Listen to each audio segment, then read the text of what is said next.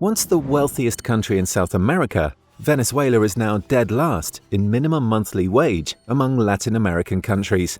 In 2014, the annual inflation rate of Venezuela reached 69%.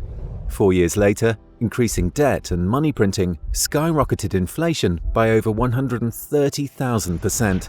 A cup of coffee in June 2018 cost 2 million bolivars.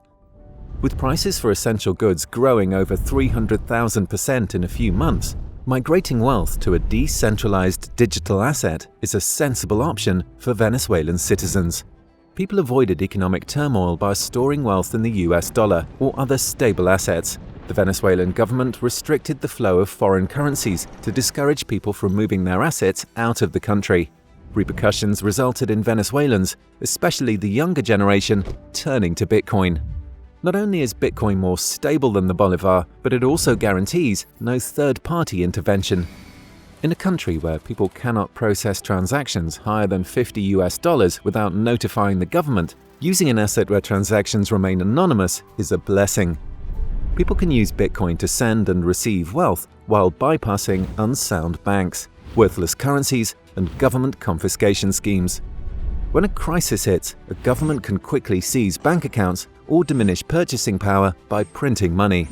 Governments cannot prevent people from using Bitcoin, rendering it invaluable to the typical person.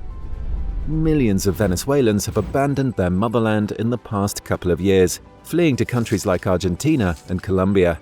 These migrants send Bitcoin home as an instant, censorship-resistant care package. Peer-to-peer Bitcoin trading volumes skyrocketed due to demand for an economic haven. As long as Venezuelans have an internet connection, they can send Bitcoin across its network without worrying about an oppressive regime intervening.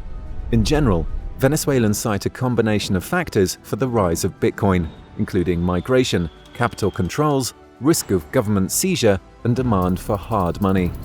Venezuela could emerge as the first country where most citizens adopt Bitcoin as an asset to preserve wealth.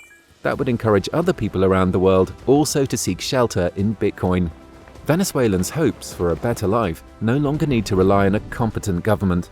They now place their faith in the mathematical certainty of Bitcoin's code.